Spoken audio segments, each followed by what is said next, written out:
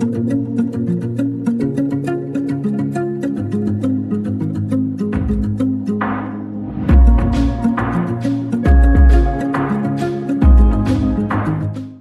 à tous et bienvenue dans ce nouvel épisode d'Instant Simple, une parenthèse d'évasion. Aujourd'hui, j'ai le plaisir d'être avec Justine et tous ces petits loulous pour qu'elle nous partage son activité au niveau des chiens de traîneau et des gîtes.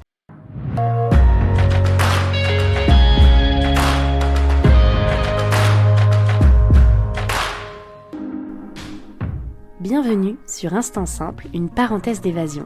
Je suis Lina, coach de vie certifiée et voyageuse solo passionnée. À travers ce podcast, je vous propose chaque mardi un récit de voyage, une anecdote qui a été transformatrice pour moi ou l'un des invités. Le but, c'est d'aller explorer ensemble les leçons de vie qu'on a pu tirer de ces expériences, parfois un peu folles quand même. Alors si vous cherchez un podcast qui mixe développement personnel et voyage, vous êtes au bon endroit. Si ce concept vous plaît, je vous invite à soutenir ce podcast en laissant une note, un commentaire ou en le partageant à vos proches. Sur ce, bon épisode. Hello Justine. Salut Lina, tu vas bien? Ça va et toi? Bah super, ravie de t'accueillir aujourd'hui. Et merci à toi pour cette invitation. Grand plaisir. C'est vrai que Justine, donc pour ceux qui nous écoutaient aujourd'hui, je vous conseille plutôt de venir nous voir sur YouTube parce que on est entouré, on est dans un cadre absolument génial et on est entouré de tous ces beaux loulous qui vont faire la vidéo avec nous. Du coup, la vidéo sera assez vivante, les chiens vont vivre autour de nous et c'est vrai que c'était plutôt logique d'enregistrer l'épisode de podcast dans ce cadre-là avec tous tes chiens. Qui est le cœur de tout finalement. C'est ça. C'est nos chiens qui font la magie du domaine, on va dire. Exactement. Donc du coup, Justine, nous on s'est connus, pour ceux qui veulent savoir, on s'est connus au collège. Ouais. Et depuis, on s'est un peu perdu de vue, clairement. Exactement, ouais. La vie a fait que on s'est perdu de vue, en effet. Voilà, on s'est perdu de vue et un jour je l'ai contacté pour venir prendre en photo tous les gîtes dont on va vous parler aussi. Et du coup, voilà, c'était logique pour moi de lui demander de faire un épisode de podcast. Donc merci d'avoir accepté. Avec grand plaisir, merci à toi. Donc Justine, est-ce que tu peux te présenter simplement pour commencer? Et c'est Justine, vous l'avez compris. Je suis meucheuse, donc je propose des activités avec mes chiens. J'ai également des activités avec les gîtes, donc sur le domaine que mes parents ont créé. Je suis un petit peu multifonction, donc je fais un petit peu de tout. Mais voilà, ce qui me fait vibrer, c'est quand même les chiens et tout ce qui tourne autour d'eux. Donc voilà. Ok, trop bien. Et au niveau de ton histoire, parce que j'ai compris que c'était une histoire déjà assez familiale au niveau des chiens et des gîtes, est-ce que tu peux peut-être juste replanter le contexte avant qu'on rentre dans le vif du sujet de ton activité? J'ai tellement plein de questions avec les chiens à te poser, mais est-ce que tu peux expliquer l'histoire un peu? En fait, du coup, c'est mon père, donc Didier, qui est passionné des chiens nordiques, de tout cet univers. Et qui, il y a quelques années maintenant, il y a 15 ans, a commencé une activité de mushing. Donc il a débuté avec un seul chien qui était Enoch, qui était devenu la mascotte du coin d'Avoria, parce qu'il faisait des petites balades pour les tout petits bouts de chou. Ok. À côté de ça, mon père était menuisier ébéniste, donc ce même chien... dans son petit traîneau, emmenait le matériel de menuiserie, etc. Au cœur de la station d'Avoria, ce qui a vachement plu. Et du coup, au fur et à mesure, mon père a développé son activité avec 2, 3, 4, 5, jusqu'à 8 chiens. Malheureusement, tous ces chiens sont maintenant partis parce que l'activité a débuté il y a 15 ans. On a encore Yukon qui est là, qui a 14 ans. Ah oui. Donc voilà, une vieille mémère qui a débuté aux côtés de mon père.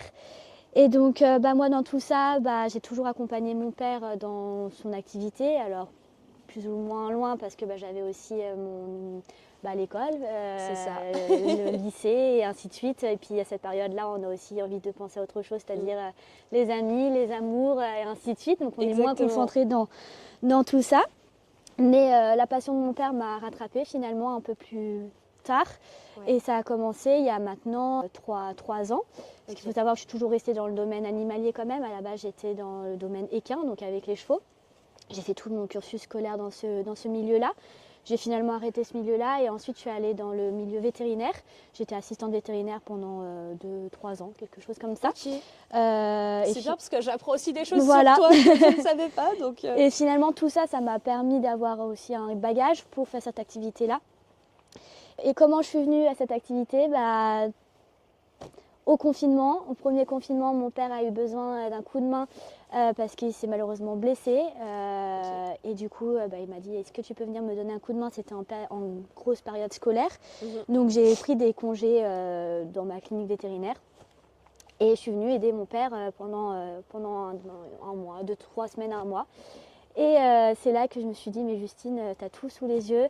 Tu as les chiens, tu as la nature, le sport et surtout ta propre activité. c'est ça. Et du coup, j'ai demandé à mon père, est-ce que je peux venir travailler avec toi et maman? Parce que ma maman travaille aussi sur le domaine. D'accord. Pas avec les chiens, mais toute la structure à côté. Et du coup, c'est comme ça que ça a débuté. Donc j'ai pris mes bagages et je suis venue... Et retour chez papa-maman. Retour chez papa-maman. Alors oui et non, parce que du coup, on est quand même dans 2 maisons séparées. Mais mine de rien, je les vois tous les jours. Et on travaille ensemble, main dans la main, au niveau des chiens avec mon père. Et pour nos hébergements insolites, donc avec mon père et ma mère. Donc on est 3 à gérer ce petit domaine. Voilà. Ok, c'est incroyable. Voilà comment tout ça est venu. Pour ceux qui se demandent, Justine, là on est actuellement vraiment dans votre domaine, donc C'est dans ça, le domaine familial, basé au bio. Je ne sais pas si on a le droit de dire Bien sûr, ici, oui. voilà. Il y a Basé pas au de bio, secret. donc pas loin de Morzine-Avoria, donc des stations de ski assez connues en France, en Haute-Savoie. Voilà. Et est-ce que, avant qu'on parle des chiens, tu pourrais nous parler peut-être des gîtes? Parce que c'est Bien vrai que sûr. j'ai eu la chance de les découvrir. D'ailleurs, n'hésitez pas à aller voir. Je vous mets toutes ces infos en description. Le Insta, tout ça qui va bien. Gîte La Patte Nordique et La Patte Nordique, du coup, pour les chiens. Exactement. Est-ce que tu peux nous parler des 3 gîtes que vous avez fait, ce qui est assez complémentaire, en fait, j'ai l'impression. avec les Tout chiens. est en effet est complémentaire. Alors moi, j'ai pas fait grand-chose, en toute honnêteté. C'est mon père et ma mère qui ont créé ce domaine-là. Donc, mon père est menuisier ébéniste. Il a fait de ses rêves d'enfant tous ces lectures de Jack London, des films nordiques et ainsi de suite. Quelque chose de concret en mettant son savoir-faire de menuisier ébéniste, en créant des hébergements. Donc il y a 3 hébergements. Un chalet trappeur, donc on ne le voit pas maintenant, mais vous verrez peut-être sur les photos que Lina va partager, qui est un petit chalet à l'image des chalets qu'on peut retrouver finalement dans les pays nordiques. Vous avez le chalet La Mine de Buck qui est incroyable. Qui est un peu notre best-seller du domaine parce que c'est une reproduction d'une mine de chercheurs d'or. Il faut savoir que c'était l'ancien atelier de menuiserie de mon père qui l'a rénové en fait de façon à faire un hébergement. Donc tout est très sombre, tout est très cosy avec le spa à l'intérieur. Donc c'est quelque chose qui plaît pas mal. Terminé par le chalet Saloon qui lui est un petit chalet comme on peut retrouver dans les pays, dans les westerns et tout ça. Donc finalement ça fait une trilogie. Chaque chalet a une particularité, une histoire. C'est ça. Voilà. Donc, et vraiment une ambiance. Chaque gîte est très différent. On a l'impression de voyager alors qu'on change juste de porte littéralement. Et il y a du coup l'enclos des chiens qui se trouve au milieu de tout ça. Exactement, parce que alors il y a certaines personnes qui viennent uniquement pour se ressourcer. Il faut savoir que les personnes qui viennent ici sont principalement des couples, pour passer un petit moment de détente en amoureux ou pas. Ça, selon les envies. Et on a aussi beaucoup de passionnés de chiens qui viennent aussi du coup pour faire des câlins aux chiens comme on le fait actuellement, en apprendre plein de choses sur eux et des fois aussi profiter d'une activité qui n'est pas obligatoire, mais une activité que ce soit en été ou en hiver aux côtés des chiens. Ok, merci beaucoup. Donc maintenant on va peut-être passer à la partie sur tous ces petits loulous, sur tous les chiens. Donc au niveau des activités que tu proposes, j'ai vu que l'hiver, c'est assez saisonnier en fait. L'hiver c'est traîneau et l'été c'est rando, c'est ça? Alors on a plusieurs activités, donc nous on travaille toute l'année. Déjà principalement pour le bien-être de nos chiens, parce qu'on estime qu'ils ont besoin d'avoir quelque chose de régulier tout au long de l'année. Alors il y a des périodes un petit peu plus calmes, ce qui est très bien pour eux aussi, mais voilà, ils sont en exercice toute l'année. Et donc pour ça, l'hiver, on fait du chien de traîneau. Quand la neige, tout est réuni pour le faire. Donc l'activité principale que tout le monde connaît en général. Et au printemps, été, automne, on propose du canicart. Donc ça, c'est assez nouveau. On l'a mis en place que cette année. Ok, Donc quoi? c'est du traîneau, mais sur des roues. Voilà. Ah ouais, d'accord. Donc Ok. c'est très sympa. Et ça, du coup, ça dépense bien les chiens. Ça permet d'avoir un entraînement bien régulier. Mhm. Tu fais un câlin. Et donc voilà, ça c'est vraiment une activité qui est vraiment sympa et que peu de monde connaît encore. Donc il y a tout à développer sur cette activité-là et c'est vraiment sympa. Et on propose aussi l'activité canibalade. Donc ça pareil, printemps, été, automne.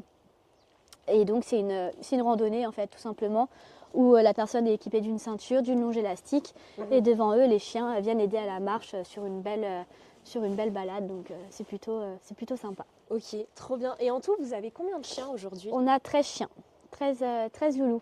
13 loulous. Venez là. C'est fou comme ils rappliquent tous direct. Allez, venez là. Et si tu devais nous les présenter un peu par Et on lequel va tu faire Oural qui est là. Donc lui c'est notre chef de meute.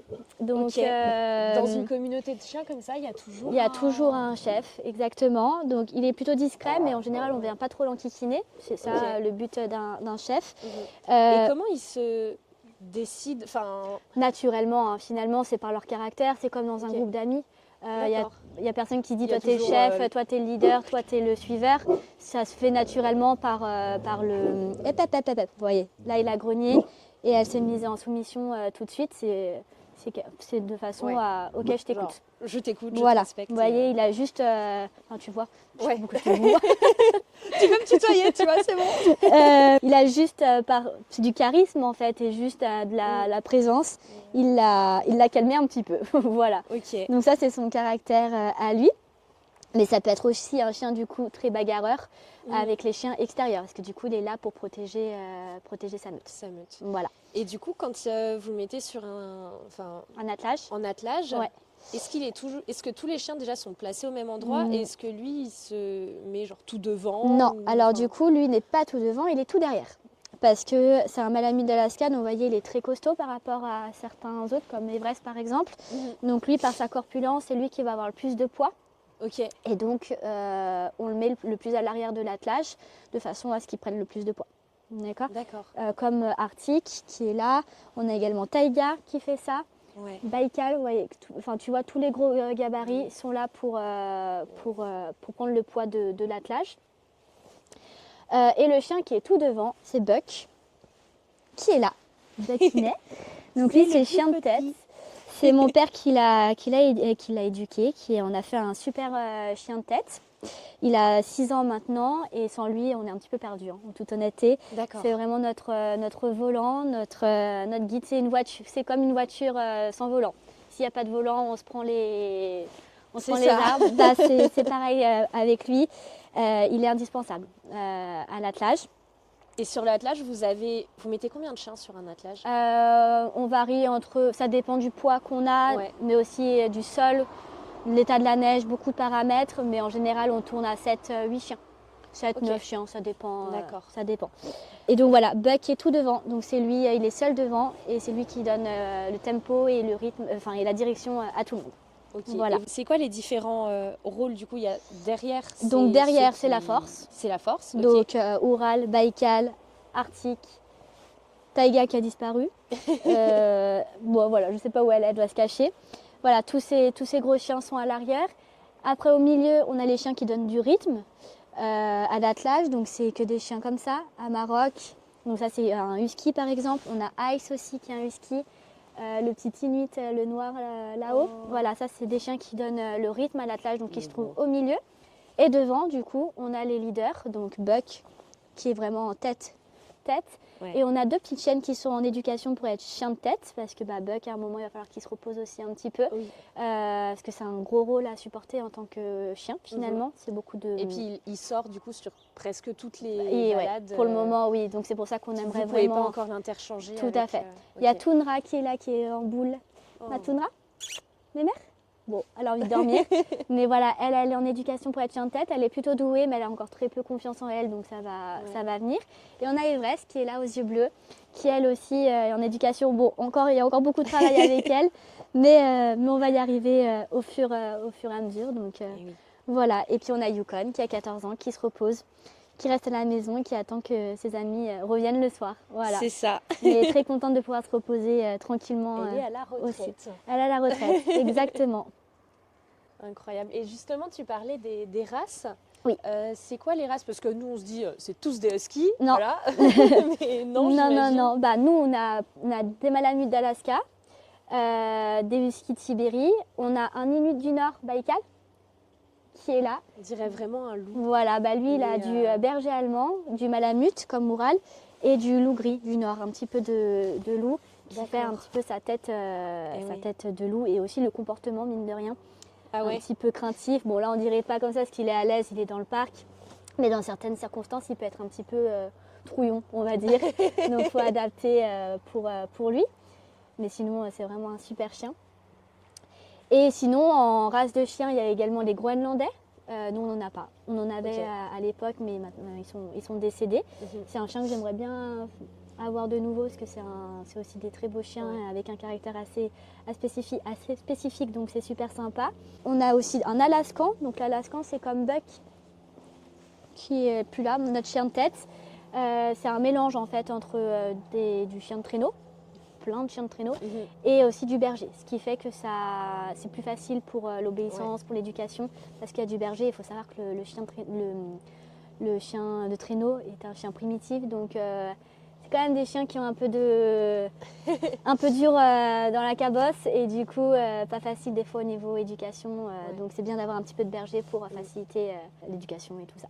Et ce que je trouvais fou, donc c'est l'autre jour, la semaine dernière, quand je suis venue pour la première fois, moi je suis une personne qui a assez peur des chiens à la base. Normalement, voilà. Alors moi j'ai peur des chiens et je suis là. Et c'est vrai qu'au début j'appréhendais un peu parce que forcément quand ils m'ont découvert, ils m'ont tous sauté dessus, etc. Bien sûr. Mais c'est vrai que, au final, je trouve que c'est quand même des chiens qui sont très bien éduqués déjà. C'est ça, en fait, dès le plus jeune âge, chaque chien a passé énormément de temps déjà chez nous à la maison pour apprendre les bases. Ouais. Le assis, enfin vraiment les bases qu'on apprend. Donc quand vous avez un nouveau chien, ils restent à la maison, oui, tout à fait, pour s'imprégner de nous, que nous aussi on s'imprègne d'eux, qu'on commence à comprendre un peu leur caractère et ainsi de suite, qu'on apprenne l'hygiène, enfin la propreté, ce qui est indispensable chez un chien. Tous nos chiens peuvent rentrer à la maison et être propres. Donc là c'est indispensable. Imaginons on a un chien malade ou juste envie de lui faire plaisir à avoir un chien à la maison. C'est quand même agréable de ne pas avoir à ramasser les pipis et les caca toutes les 5 minutes. C'est ça. Donc tous nos chiens sont propres, et puis on leur apprend les bases. Et on passe énormément de temps aussi du coup à l'extérieur pour leur apprendre la vie extérieure justement. Les autres chiens, les enfants, on fait tout plein de balades. Et ensuite ils rentrent dans le parc. Donc là c'est en plusieurs étapes pour qu'ils apprennent tous à se connaître. Parce qu'il y a encore de nouveau lui qui n'est pas très sympathique avec les chiens extérieurs. Il faut accueillir quelqu'un de nouveau. Il faut accueillir, voilà. Tout se remet en place à ce moment-là. Au niveau, tu me demandais comment se font les relations. C'est à ce moment-là où tout change de nouveau.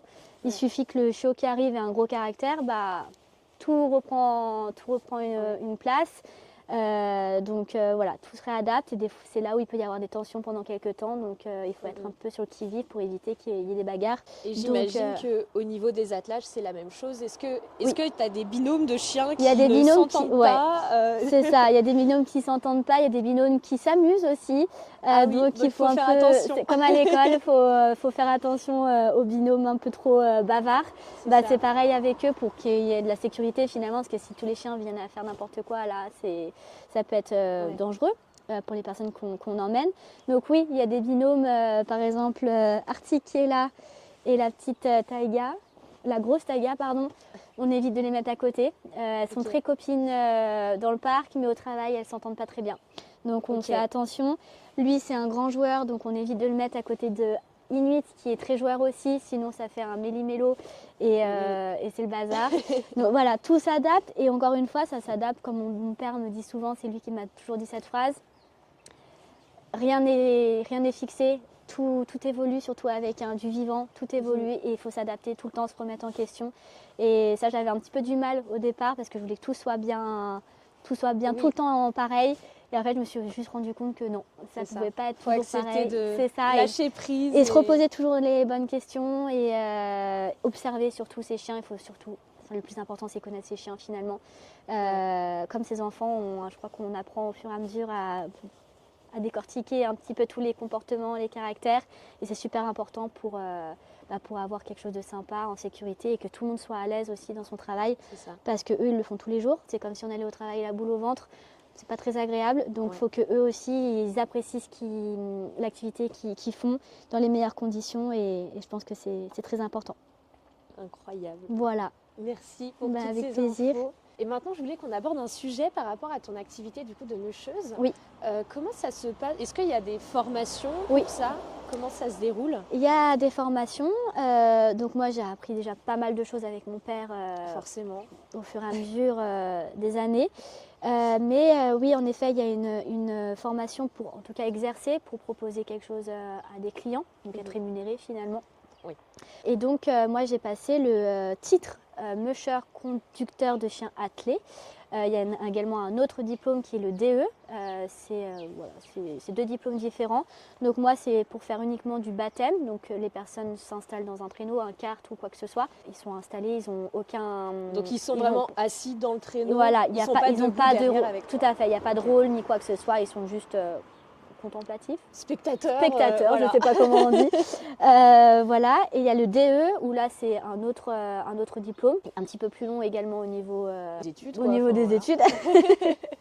Et là, cette personne-là apprend aux gens à faire du traîneau, tout ça. Donc là, c'est vraiment une autre activité finalement. D'accord. Donc moi, c'est uniquement le titre. Donc j'ai fait cette formation sur 2 années. C'est normalement possible sur 1 an, mais moi, avec les activités à côté des gîtes il fallait trouver le temps et le bon compromis pour lier tout ça. Et donc, je l'ai fait sur 2 ans. Alors, ce n'est pas 2 ans plein finalement, parce que c'est un peu en alternance, on va dire. Il y a des périodes de stage, il y a des périodes d'école, il y a des périodes où on est aussi chez nous. Mais voilà, ça s'est prolongé sur 2 ans. Et donc, j'ai obtenu mon diplôme en janvier de l'année dernière. Donc, ça fait une petite année que je suis diplômée. Bravo. Voilà. Merci beaucoup. Et si je te demandais selon toi les qualités principales à avoir pour ton activité, ça serait quoi? Il y en a beaucoup, j'imagine, il faut être un couteau suisse. Il y en a beaucoup en effet. Déjà, faut avoir l'amour des chiens, parce que sans ça, clairement, on peut pas le faire. Parce que beaucoup nous disent, c'est super comme métier. Alors oui, c'est super, mais c'est un métier passion. Il faut savoir qu'on a 13 chiens, nous. Il y a des mushers qui en ont beaucoup plus. Ça n'empêche qu'un chien, 2 chiens, 3 chiens, ou le nombre de chiens que vous voulez, ça demande une contrainte. C'est tous les jours. Jours fériés. Il n'y a pas de vacances. Il n'y a pas de vacances, malade, ce que vous voulez. Vos chiens sont là et il faut s'en occuper. Et ça, une personne avec un seul chien, je lui dis aussi, et ça, il faut vraiment que les gens en prennent conscience, c'est qu'un chien, c'est comme un enfant. Donc ça vous prend du temps. Et il faut se dire que quand on se lance là-dedans, c'est pas on fait ce qu'on veut et on part en vacances et ainsi de suite. C'est toute une organisation et c'est une contrainte. Donc voilà, il faut être vraiment conscient de ça. Du coup, il faut être motivé, je pense, parce que des fois, le matin, vous avez envie de dormir, mais non, il faut aller s'occuper des chiens. C'est ça. Il faut être un peu sportif aussi, parce que mine de rien, c'est une activité physique. On n'est pas juste en train de se faire glisser derrière le traîneau. Il faut avoir quand même une petite condition physique. L'organisation aussi, je pense, parce que c'est un petit monde qu'il faut cadrer aussi pour pas que ça soit le bazar. Donc je pense qu'il faut être un petit peu organisé également. Et puis après, il y a tout plein de choses, de la rigueur, je dirais. Et quand tu guides l'attelage, quand vraiment tu es sur ton traîneau et que tu guides, comment ça se passe? Déjà, au niveau des balades que vous proposez, c'est combien de temps? Alors nous, on est sur 2 territoires, donc sur la station des Jets et sur la station d'Avoria. On propose la même prestation. Finalement, c'est juste que c'est 2 territoires différents. Notre activité dure environ 1 heure, 1 heure et quart, 1 heure et demie. Encore une fois, c'est selon le rythme des chiens. On ne va pas les faire courir plus vite qu'ils peuvent. Des fois, ils sont plus en forme il y a des jours où ils sont plus en forme que d'autres jours, comme nous. Donc, on s'adapte. Mais voilà, dans l'idée, 1 heure, 1 heure et demie. On prend 2 personnes dans notre traîneau. Donc, je dis nous. tout simplement parce que je suis à moi, mais il y a également ma collègue Elodie qui depuis cette année travaille avec nous, vous n'allez pas rencontrer aujourd'hui, mais qui est à nos côtés. Et donc comme ça on a 2 attelages. Elle a 5 chiens à elle et je lui confie 2 chiens à moi pour faire un attelage de 7 chiens. Et moi j'ai entre 7 du coup et 8 chiens sur mon attelage à moi. Ouais. Donc on prend 2 personnes chacune, pardon, on est deux filles chacune, et on part en balade dans la forêt, dans le territoire qu'on a. Au cours de cette balade, on fait toujours une petite pause pour parler avec les gens, pour discuter, pour échanger des chiens, de tous les sujets qui les intéressent. On boit un petit chocolat chaud, un petit gâteau, et on repart. Et en général, c'est à la tombée de la nuit, donc on met les frontales, et comme ça, on fait la dernière partie à la frontale. Donc c'est une autre ambiance, c'est quelque chose qui est très sympa aussi. Et puis après, on rentre, et puis voilà, donc on fait 1 ou 2 sorties maximum, donc c'est vraiment très peu pour les chiens. On a par jour. Par jour, c'est uniquement les après-midi. On ne fait jamais le matin parce qu'on a aussi une activité du coup avec les gîtes, donc niveau timing, ça ne joue pas. Et voilà, donc c'est vraiment des petites sorties, très peu de sorties, c'est juste quelque chose de familial. On ne fait pas des tours, voilà. C'est ça, et c'est pas votre philosophie, non, c'est pas notre but, philosophie. Et même si on a plus de chiens un jour, ça sera toujours dans ce sens-là qu'on ira. Le respect du chien, et ça c'est primordial. C'est lequel, celui-ci là qui me fait un câlin? C'est Ice. C'est un grand câlin. Tu as fait un bisou au micro aussi. Oh, ils sont vraiment incroyables. Ouais, ils sont gentils. Allez, on redescend.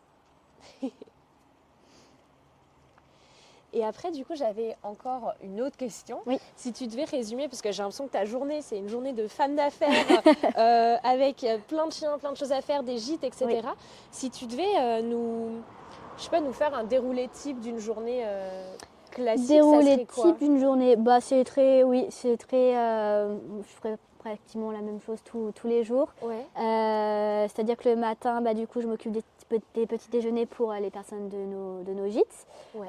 Le petit déj est déposé à 8h, donc le temps que tout se mette en route, on se lève sur les coups de 7h. Donc le petit déj pour nos clients. Après, moi, je prends mon petit déj aussi à moi, tranquillement. Oui. Ensuite, je bois un petit thé en général avec mes parents pour débuter la matinée comme il faut. Et puis après, du coup, je m'occupe des loulous, donc sur les coups de 8h30, je vais m'occuper d'eux, leur donner à manger, m'occuper du parc, la propreté, désinfecter tout ça, tout le parc. Donc ça dure à peu près 1 heure. Ouais. Les personnes de nos gîtes quittent les logements entre 9h et 10h en général, donc on fait les départs, on discute un petit peu avec eux, ainsi de suite. Et puis après, là c'est bas combat, il faut nettoyer tous les logements. Donc on a une fille très sympa qui vient faire le ménage de nos hébergements, donc ça nous retire un petit peu de travail à ce niveau-là. Et puis ma mère et moi on fait le reste, c'est-à-dire qu'on s'occupe de re-remplir les gîtes avec les draps, pour accueillir de nouvelles personnes, tout à fait. Mon père, lui, s'occupe du coup de l'entretien des spas, parce que dans chaque chalet, du coup, il y a des spas privatifs, donc ça prend aussi beaucoup de temps au niveau de l'entretien, de l'hygiène, de l'eau et ainsi de suite. Donc ça, mon père a cette mission-là principalement. Et après, je m'occupe également des repas, parce qu'on propose des repas servis dans les chalets. Donc la fin de matinée est un petit peu destinée à ça, les repas et ainsi de suite. Et puis voilà, la matinée est déjà bien. Ouais, la matinée est déjà bien remplie. Entre-temps, après, on s'occupe de mettre les harnais de tous les loulous. On prépare la remorque, ainsi de suite, on prépare tout. Et après, il y a un petit moment de pause. Je mange, des choses classiques. Et après, les clients, du coup, les nouveaux clients arrivent sur les coups de 12h30, 13h. 13h30 environ. Donc mon père principalement fait des accueils parce que c'est un grand bavard, donc il aime bien il aime bien faire les accueils, moi aussi, mais c'est vrai que mon père est très à l'aise à ce niveau-là. Oui, donc, et puis je pense il y a une fierté aussi en bien plus sûr, pour lui, bien vu sûr. qu'il a fait les chalets. C'est ça, donc voilà, c'est lui qui fait ça en général. Et puis après, il faut partir, donc on met tous les chiens dans la remorque et puis c'est parti pour l'activité. Donc on part soit au Jet, soit à Voria, selon le planning, et on fait nos activités. Ok. Voilà, on passe toute notre après-midi avec les chiens et les clients. Mhm. Et après, on est de retour à la maison. On sert les repas et ainsi de suite. Mes parents me donnent un coup de main à servir tous les repas. Parce qu'il faut savoir que c'est dans des grandes caisses en fait, qui sont isothermes. ça. On met tout à l'intérieur. Comme ça, après, les gens sont autonomes au niveau du repas. Donc ça, c'est plutôt sympa. Et puis après, bah voilà, la journée se termine. Mon père donne à manger aux chiens le soir. C'est lui qui s'en occupe le soir. Mhm. Et puis après, on reprend la vie normale, on va dire. Ok. Dodo, on mange dodo et puis ça recommence le lendemain. Voilà. Waouh. En gros. C'est des bonnes journées. C'est là. des bonnes journées, on s'ennuie pas, mais bon, c'est bien de pas s'ennuyer, je pense. C'est Donc, clair. Est-ce voilà. que tu arrives aujourd'hui à lier ta vie pro et ta vie perso comme tu voudrais Alors, Parce que tout est mêlé oui, quand même. tout est mêlé. Je vis sur là où je travaille finalement, Ouais. donc il faut réussir à séparer un petit peu la vie perso, vie pro de temps en temps. C'est super important, mais bon, le pro vous rattrape très rapidement parce qu'il y a les chiens. Donc voilà, mais les chiens sont...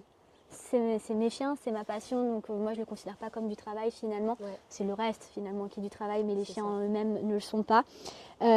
Donc voilà. Moi je pense qu'il faut surtout être bien accompagné si on veut pouvoir vivre cette vie-là finalement. Mes amis sont conscients de ce que je fais comme activité, mon conjoint l'est aussi, ma famille.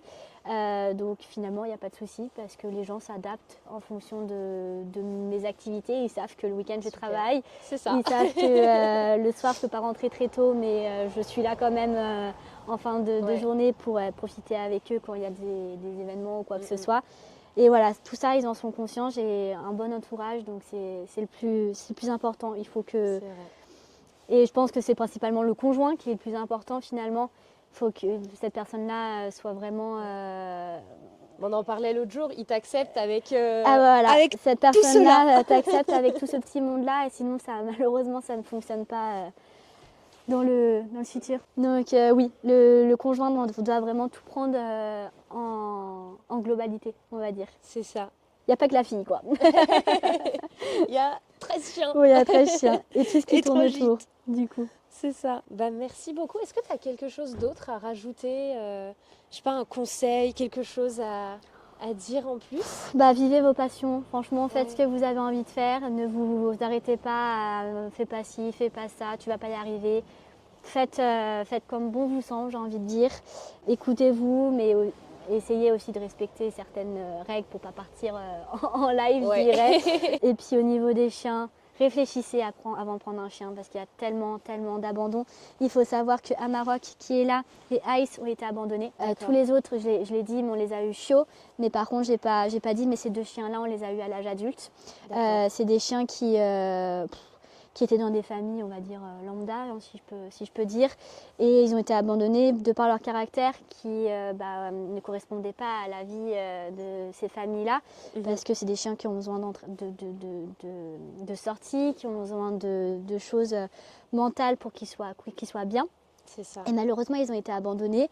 Donc, ils n'ont pas fini à la SPA parce que j'ai vu une annonce avant qu'ils y aillent. Mais voilà, c'est des chiens qui auraient pu être à la SPA et c'est quand même vraiment dommage. Et ça, c'est vraiment important. Il faut vraiment prendre des chiens qui correspondent au rythme de vie, à notre rythme de vie, à ce qu'on a envie de faire. On ne prend pas un chien de traîneau juste parce que c'est beau, parce que c'est sympa, parce que c'est instagrammable. On voit beaucoup de ça aussi. Mais c'est ça pour tous les chiens. Hein. Je parle aussi pour, je sais pas, un chien de berger. Il n'a rien à faire dans une famille... En appart à Paris. En appart à Paris. Et encore l'appartement, moi ça me pose pas tellement de problème. Souvent on me dit mais vos chiens, est-ce qu'ils pourraient vivre en appartement? Alors 13 chiens en appartement, on est bien d'accord que non. Mais un husky, un malamute ou quoi que ce soit peuvent vivre en appartement. C'est pas le souci. Moi j'ai une collègue meucheuse qui a je ne sais trop combien de chiens, 13 ou 14 chiens, et elle vit en van. Avec tous ces chiens. Avec tous ces chiens, mais elle a une remorque, elle a aménagé tout. elle a tout aménagé et ainsi de suite. Et ce que je veux dire, c'est que du coup, elle a une activité à côté, elle fait de l'attelage comme nous, et ces chiens, du coup, elle répond à tous leurs besoins finalement. Ils sont en meute, ils ont une activité physique, ils ont une activité mentale, et donc voilà. Et c'est le bon exemple, je trouve, parce que du coup, elle vit même pas dans un appartement, elle vit pas dans une maison, elle vit dans un van avec juste sa remorque et ainsi de suite. Et elle le fait très bien, et ses chiens sont épanouis, ils sont très bien codés, il n'y a aucun souci, ils sont bien dans leurs pattes et tout va bien. Donc moi j'estime qu'un appartement, ça ne veut rien dire, une maison ça ne veut rien dire, et surtout un jardin ça ne veut rien dire. C'est souvent l'excuse qu'on a, oui mais j'ai un jardin, oui mais le chien, là c'est comme le parc, hein. Si on les laisse toute une année dans le parc, ils vont devenir barjots. Parce qu'en fait, c'est qu'une partie en plus de la maison finalement. Il y a toujours les mêmes odeurs, il y a toujours les mêmes choses. Et les chiens ont besoin de sortir, ils ont besoin de sentir beaucoup de choses. Donc un appartement, une maison ou quoi que ce soit, il faut que le chien ait de quoi s'épanouir, de quoi rencontrer d'autres chiens, avoir des odeurs. Et il ne faut pas se dire oui mais j'ai un jardin, parce que ça marche pas. Ce n'est pas une excuse. Ce n'est pas une excuse. Et quand il pleut, le chien est sorti aujourd'hui dans le jardin. Ouais non, ça c'est nul. C'est comme si vous sortiez dans votre véranda, finalement. C'est une partie en plus de la maison, et vivez dans votre maison 7 jours sur 7, 24 heures sur 24, vous allez péter un plomb. C'est pareil pour les chiens. Donc ça, il faut vraiment que les gens en prennent conscience. Merci de le rappeler, parce que je pense que c'est Et surtout important. avant Noël, où il va y avoir encore beaucoup d'abandon derrière, parce que oui, c'est mignon, un petit chien sous sapin de Noël. Je l'ai eu avec des lapins. C'était une petite taille, mais finalement, c'est la même chose. Tous les animaux qu'on offre à Noël, c'est pas des peluches, c'est un être vivant, et il faut en être conscient. Et on revient sur ce que je disais au départ. C'est quelque chose qui prend du temps, c'est des responsabilités, c'est comme un enfant. Voilà, c'est ça. Finalement, c'est aussi simple que ça. C'est un gros bébé, quoi. Voilà. Donc réfléchissez bien si c'est pour un cadeau de Noël. Bien, merci beaucoup. Si on doit te souhaiter quelque chose pour la suite, les prochains projets, là, c'est... déjà la c'est quoi santé pour pour la nos patte chiens, nordique? ça c'est le plus important, parce que quand il y a un chien qui va pas bien, ça nous... on n'est pas bien non plus, forcément. Quoi de plus, que tout roule, que... On a tout plein de belles choses qui vont arriver très très prochainement, ou dans le un peu plus lointain, mais il y a de belles choses qui vont... Et là, vous voyez, c'est de la jalousie.